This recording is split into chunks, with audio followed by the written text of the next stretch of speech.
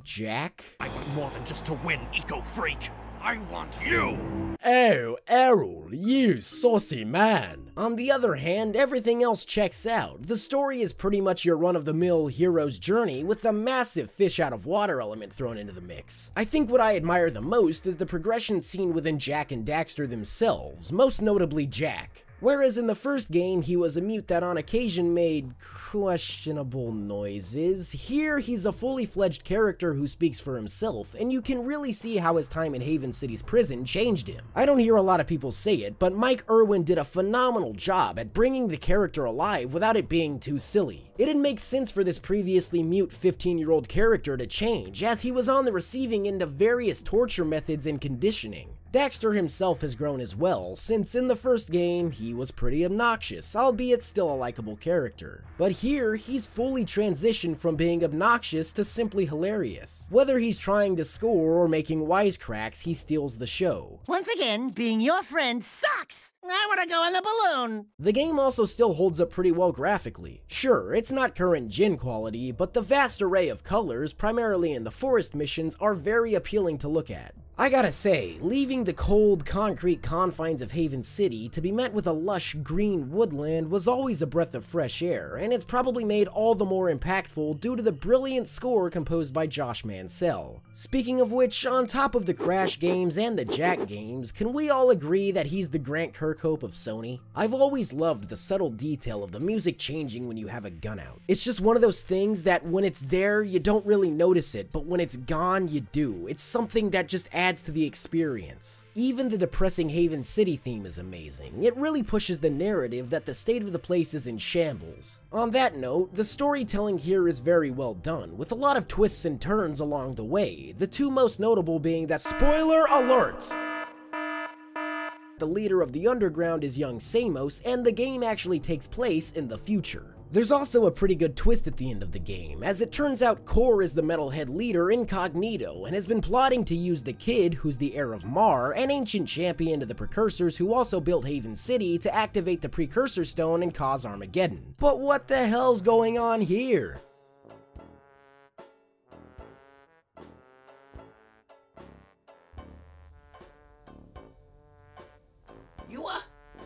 You alright there, Core? In all my years of playing this game, I can honestly say that I don't remember the part where Core is in blackface. Nah, just kidding. This is a bug exclusive to the PS3 collection, but my god, I can't get across how shocked I was when I first saw it. Anyways, Jak and Daxter end up storming the Metalhead Nest and take part in a boss fight that's way easier than I remember, which is followed by Core dying once and for all. Then the biggest twist is revealed. This kid is Jak, and the only way to keep him safe is by sending him back in time with young Samos so he can be trained. In fact, it turns out that everything here, like Kira building the Time Rift, influences the events of the Precursor Legacy. But before you go hurting your head trying to think about that, take it as Daxter says. The more you think about it, the more it hurts the head. With that, the story is wrapped up and the game ends. What a journey. And that is Jak 2, the game that changed the series forever and made it more than just a simple 3D collectathon. I'd even be willing to say that it's probably the game that ushered Naughty Dog's endeavors more towards story over gameplay, which would eventually make them into the game-changing juggernaut we know them as now. And with that said, I bid you all adieu and look forward to seeing you next time as I cover the end of the Jak and Daxter trilogy. Jak 3.